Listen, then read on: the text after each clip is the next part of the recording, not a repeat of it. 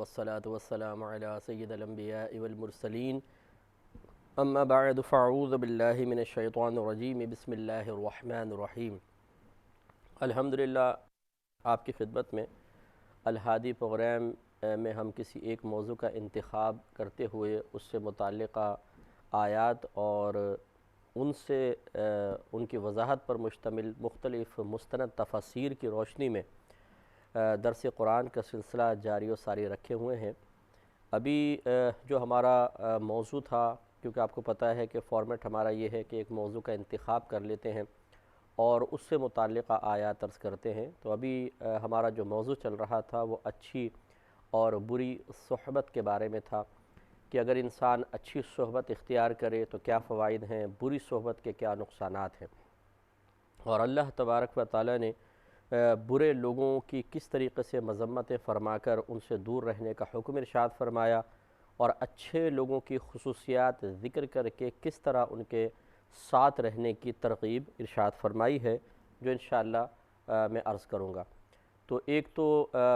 ہم نے پہلے جو انتخاب کیا اس کے دو حصے تھے، ایک بری صحبت سے بچنا اور اس کی مذمت وغیرہ اس کا حکم، اور ایک ہے اچھے لوگوں کی صحبت اختیار کرنا، اس کی ترغیب اور اس کا حکم وغیرہ۔ تو پہلے ہم نے بری صحبت کا وبال آپ کی خدمت میں ذکر کیا، میں نے اپنے الفاظ میں بھی، قرآن کی آیات بھی، جو مختلف برے لوگ مختلف صورتوں میں،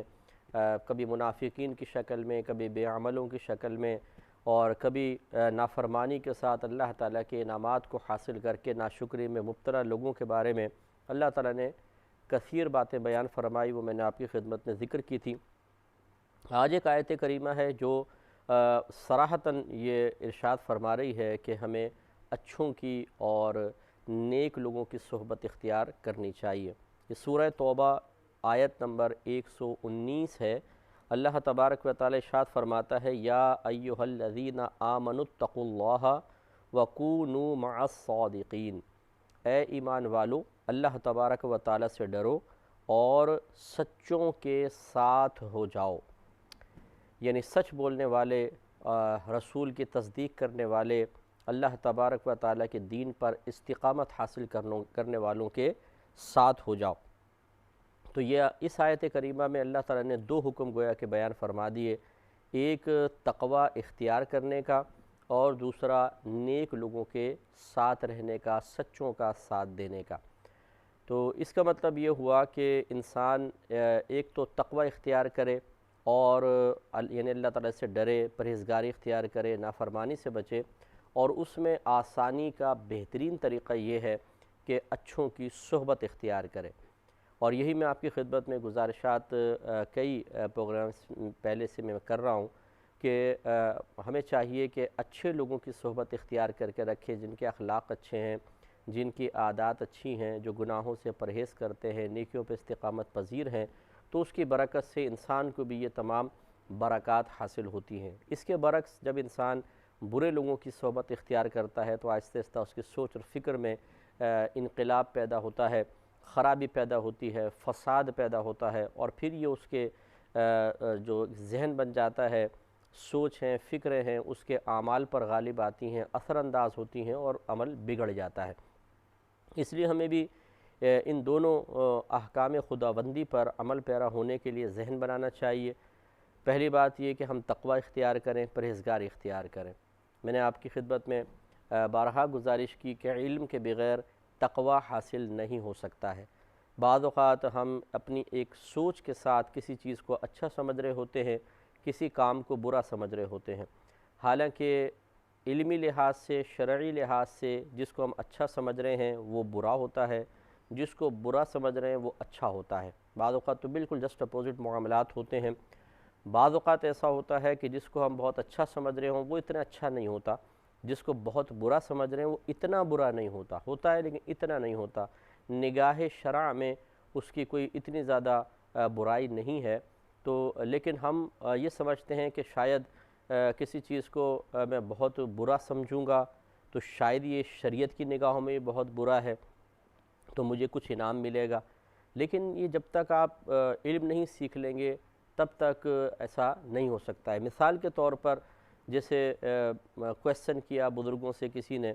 ایک بزرگ سے کویسچن کیا گیا کہ سیدھی جانب ہمارے اگر ہم رخ کریں تو کعبۃ اللہ ہے، اس طرف مدینہ منورہ ہے، اس طرف تھوڑا سا رخ کر لیں تو شیخ عبد القادر جیلانی رحمۃ اللہ علیہ کا مزار ہے، تو ہم استنجا اگر کرنے کے لیے بیٹھیں تو کس رخ بیٹھیں؟ تو انہوں نے یہ فرمایا کہ اب دیکھیں آدمی اس نے یقینی سی بات ہے کہ سائل نے یہ سوچا کہ میں اپنا ستر کھولوں شیخ عبد القادر جیلانی رضی اللہ تعالیٰ عنہ کے مزار کی طرف، یہ بے ادبی، مدینہ منورہ کی طرف کروں یہ بے ادبی، کعبۃ اللہ کی طرف کروں یہ بھی بے ادبی ہے، تو پھر آخر ادب کیسے حاصل کروں؟ تو اب جواب یہ دیا گیا کہ نبی کریم صلی اللہ علیہ وسلم نے فقط اتنا فرمایا ہے کہ کوئی جب استنجا کرے تو نہ کعبۃ اللہ کی طرف منہ کرے نہ پیٹھ کرے، تو بس اتنے ہی ادب کے ساتھ آدمی احتیاط کر لے، باقی کسی چیز کے کسی اور سائیڈ کا، کسی اور طرف کا، کسی اور سمت کا ادب یا لحاظ کرنا لازم نہیں ہے۔ اور اس کی وجہ یہ بیان فرمائی کہ ہر طرف کسی نہ کسی بزرگ کا مزار ہے، اگر انسان یہی احتیاطیں کرتا رہے کہ جس طرف بھی کسی کا مزار ہوگا یا کوئی بزرگ ہوگا اس رخ میں اس طرح نہ بیٹھوں، تو پھر کہاں کیسے استنجا کرے گا آدمی؟ تو اس طرح اپنے آپ کو شدید حرج میں مبتلا کر دے گا، اور وہ پھر یہ یقینی سی بات ہے کہ دین کو جتنا آپ تنگ کرتے چلے جائیں گے آپ خود پھنستے چلے جائیں گے، جتنی شریعت کی رعایت سے آپ فائدہ اٹھائیں گے، شریعت تو بڑی نرم ہے، دین تو بہت ہی نرم ہے، علم اگر انسان سیکھ لے تو اس کو پتہ چل جاتا ہے کہ کہاں کہاں نرمی ہے، کہاں کہاں سختی ہے۔ تو اب بعض اوقات اب یہ ہو سکتا ہے کہ ایک شخص بہت تقوی کا اظہار کر رہا ہو کہ نہیں آپ اس طرف رخ کر کے استنجا خانے کا رخ یہاں نہ بنائیں، آپ گھر بنا رہے ہیں تو اپنی ٹوائلٹ کا رخ اس طرف مت رکھیے گا، کیوں جی مدینہ شریف ہے، اس طرف نہ رکھیے گا، کیوں شیخ عبد القادر جیلانی رضی اللہ تعالیٰ عنہ کا مزار ہے۔ تو ایک ہوتا ہے آپ اپنے لیے کوئی تقوی اختیار کر رہے ہیں، وہ بھی اتنا کریں کہ جتنا اپنے آپ کو حرج میں مبتلا نہ کر لیں، بہت آزمائش اور تکلیف میں مبتلا نہ کر لیں، اور ایک ہے دوسرے پر اس تقوی کو مسلط کرنے کی کوشش کرنا اور ان کی زندگیوں کو تنگ کرنے کی کوشش کرنا۔ جاہل آدمی کا یہی معاملہ ہے، اس کے ساتھ یہی ایک مصیبت ہے کہ وہ یہ نہیں سمجھ پاتا کہ مجھے کتنا تقوی اور احتیاط اختیار کرنی چاہیے، کتنی نہیں، اور کس احتیاط اور تقوی کی تعلیم دوسروں تک پہنچانی ہے اور کتنی نہیں، تو وہ مسلط کرنے کی کوشش کرتا ہے اور دوسروں کی زندگی عذاب بنا دیتا ہے۔ اب وہ ڈرائے گا، اگر آپ نے اس رخ استنجا کیا تو سرکار کا روضہ انور ہے، اتنی بڑی بے ادبی، ایسا نہ ہو ایمان ہی ختم ہو جائے، آدمی ڈر گیا، اب کرے تو کرے کیا؟ تو اب اگر آپ شرعی حکم معلوم کریں گے تو صرف ہمارے جو نبی کریم صلی اللہ علیہ وسلم کا فرمان کعبۃ اللہ کی تعظیم کے بارے میں ہے اس کا لحاظ کر لیں، یہ کافی ہے۔ باقی ہر وہ چیز جو حرج اور تکلیف میں مبتلا کر رہی ہو اور شریعت کی طرف سے اس کے بارے میں کوئی حکم بھی موجود نہ ہو، اسے اپنے اوپر مسلط اگر آپ کریں گے اور اس کو بہت زیادہ آپ اہمیت دیں گے تو کثیر صورتیں ایسی نکل آئیں گی کہ شدید حرج میں مبتلا ہو جائیں گے۔ تو اس لیے اسی طریقے سے کسی جگہ پر گئے، ایک مسلمانوں کا ہوٹل ہے باہر کے ملک میں، اب وہ کہہ رہا ہے کہ جی یہ اس نے مثلا گوشت لا کے رکھا، مرغی لا کے رکھی، تو اب یہ سوچنا کہ پتہ نہیں کیسے کاٹی گئی ہے، پتہ نہیں حلال ہے یا نہیں ہے، انہوں نے تکبیر پڑھی تھی کہ نہیں پڑھی تھی، یہ کوئی تقوی کی یا یہ احتیاط کی بات یہاں پر اس کی ضرورت نہیں ہے، بلکہ یہ شیطانی وسوسے کی اطاعت ہے۔ یہ بھی ایک مصیبت ہے جاہل آدمی کے لیے کہ وہ یہ تمیز نہیں کر پاتا کہ کہاں میں وسوسہ شیطانی کی اطاعت کر رہا ہوں اور کہاں میں اللہ تعالیٰ اس کی رسول صلی اللہ علیہ وسلم کی رضا کی خاطر تقوی حاصل کر رہا ہوں، تقوی اختیار کر رہا ہوں۔ تو وہ شیطانی وساوس کی اتباع اور احتیاط کو تقوی کا نام دے دیتا ہے۔ جب ایک مسلمان کا ہوٹل ہے، ایک مسلمان آپ کے سامنے مرغی رکھ رہا ہے، اگر وہ یہ کہتا ہے کہ میں مسلمان سے اس کو خرید کے لایا ہوں تو بس کوئی تحقیق کی حاجت نہیں کہ جی کس طرح ذبح کیا گیا ہے، تکبیر پڑی تھی کہ نہیں پڑی تھی، ہمیں اعتماد اور بھروسہ رکھ کر اسے کھا لینے کا حکم ہے اس میں۔ اب جو اپنی زندگی تنگ کرنا چاہے کرے، اور اسی طرح دوسروں کی زندگی تنگ کرنا چاہے تو ان کو پھر یہ مجبور کرے کہ جی پہلے تحقیق کرو کہ کہاں سے یہ مرغی آئی ہے اور اس پہ تکبیر پڑی گئی ہے یا نہیں پڑی گئی ہے۔ اس سے پھر انسان کی زندگی تنگ ہوتی چلی جاتی ہے۔ کسی بھی جو ذبیحہ ہے اس کے حلال ہونے کے لیے اتنا ہی کافی ہے کہ کنفرم یہ ہو کہ بس کسی کافر نے اس کو نہیں کاٹا ہے، کسی کافر ملک سے نہیں آئی ہے۔ اگر یہ اتنا ہے مسلمان ملک سے آئی ہے، مسلمانوں نے اس کو پیک کیا ہے تو کافی ہے، بس اتنا ہی بہت ہے، باقی تحقیق کی حاجت نہیں ہے۔ تو خلاصہ کلام یہ ہے کہ ایک تو تقوی اختیار کرنا علم کے بغیر نہیں ہو سکتا، اس لیے پہلے علم سیکھنا چاہیے، اس کے بعد انسان پھر پرہیزگار اور متقی بن سکتا ہے۔ ورنہ جیسے ہم نے آپ کو عرض کیا، اسی سینکڑوں ہمیں مثالیں ملی ہیں۔ میں تو چونکہ ایک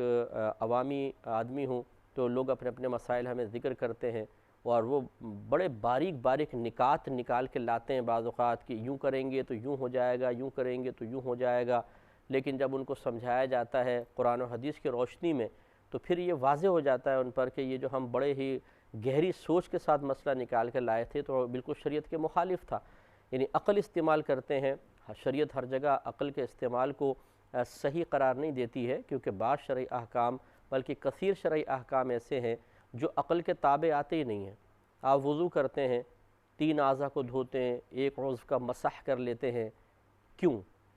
عقل میں کیا یہ بات آتی ہے کہ صرف 3 اعضاء کو دھوئیں؟ یوں کیوں نہیں ہوا کہ چہرے کا مسح ہوتا، سر کو دھویا جاتا، پیر کا مسح ہو جاتا، دونوں ہاتھ کونیوں سمیت ان کا مسح ہو جاتا، یا صرف منہ اور ہاتھ ہم دھو لیتے کافی تھا؟ تو اس میں ہزارہا عقلی لحاظ سے توجیحات اور اعتراضات اور کویسچنز پیدا ہو سکتے ہیں۔ اب شریعت نے کہہ دیا، کرنا ہے۔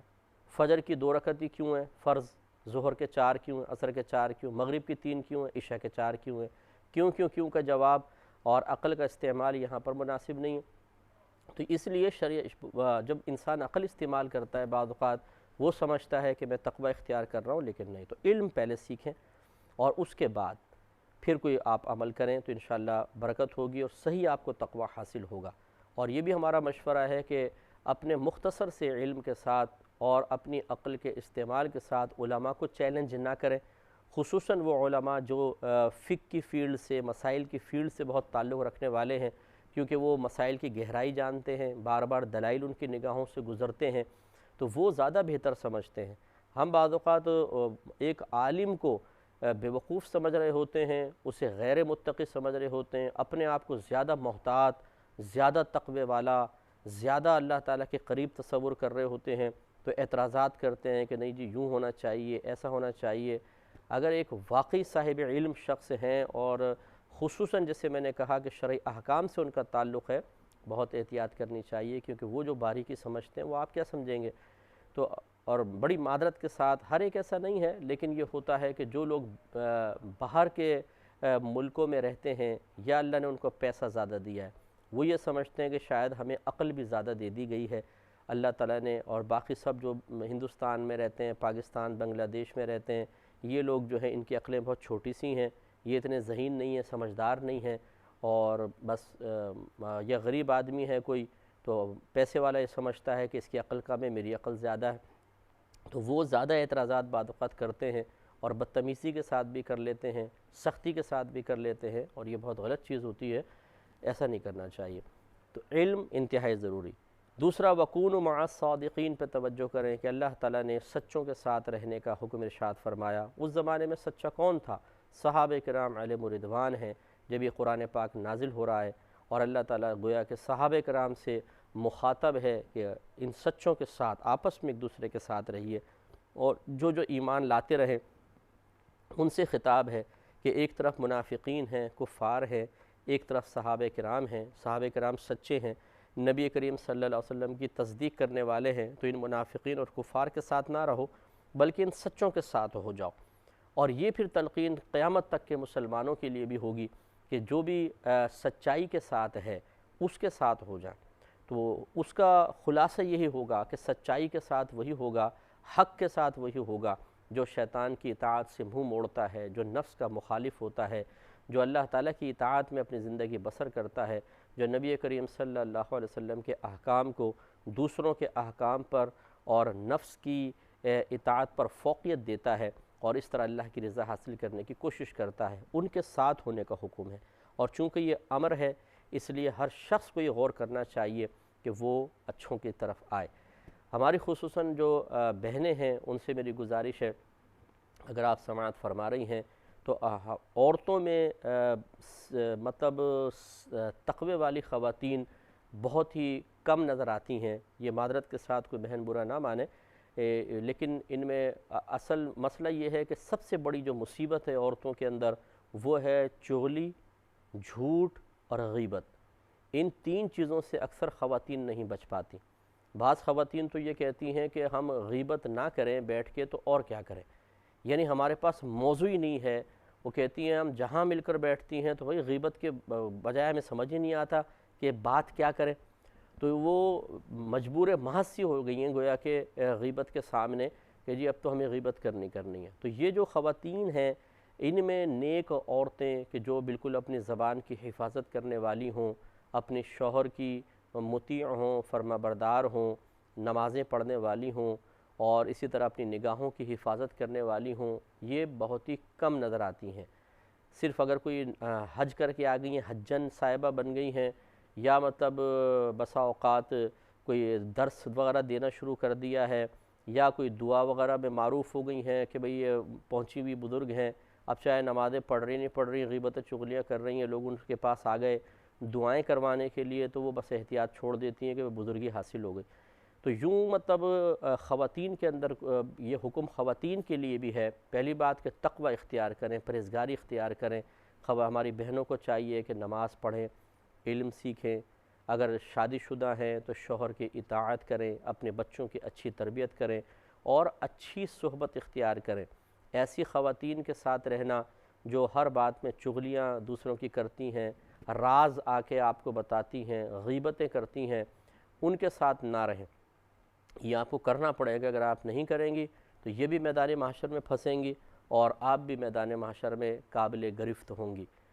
اور یہ سوچ کر رکھیں کہ جس طریقے سے یہ آپ کے سامنے کسی کا راز ظاہر کر رہی ہیں اور آپ کو اپنا بنا کر یہ سمجھا کہ آپ میری اپنی ہیں اس لیے میں آپ کو یہ بتا رہی ہوں، دوسروں کی غیبتیں کر رہی ہیں، چغلیاں کر رہی ہیں، ان کے راز ظاہر کر رہی ہیں، اسی طرح یہ کسی اور کے سامنے بھی اسی اپنائیت کا اظہار کر کے آپ کے راز بھی بتاتی ہوں گی جا کر، کیونکہ عورتیں باز نہیں آتی ہیں، وہ کسی ایک کی خواتین نہیں ہوتی ہیں، جو دوست ہیں یا کوئی جان پہچان والی ہیں ہر ایک کے سامنے، اور پیٹ اتنا ہلکا ہوتا ہے ان خواتین کا کہ اگر یہ روکنا بھی چاہیں تو وہ روک نہیں پاتی، اندر سے گولے اٹھتے ہیں ان کے ایک دم باہر نکلنے کے لیے، تو وہ نکل ہی جاتی ہے بات باہر، تو وہ جس کے سامنے پہنچیں گی کچھ نہ کچھ کر ہی دیں گی تبصرہ آرائی۔ تو ایسی خواتین بہت ہی خطرناک ہیں۔ اگر کسی کے اندر یہ بیماری ہو تو وہ خود بہت خطرناک ہے، اسے اپنے اندر سے خرابیاں نکالنی چاہیے۔ اور اسی طریقے سے اگر ایسی خواتین کا آپ سے رابطہ ہے تو آپ ان کی صحبت سے بچنے کی کوشش کریں۔ یوں ہی وہ خواتین کہ جو اپنے شوہروں کی برائیاں کرتی ہیں، یہ میں نہیں کہہ رہا ہوں کہ شوہر زیادتی نہیں کرتے ہوں گے، لیکن خواتین بسا اوقات شوہروں کی بہت برائیاں کرتی ہیں اور وہ ان کی صحبت میں رہ کر دوسری خواتین بھی ایسی ہو جاتی ہیں۔ اس پہ ہم تبصرہ کریں گے نیکسٹ پروگرام میں۔ وآخر دعوانا ان الحمد للہ رب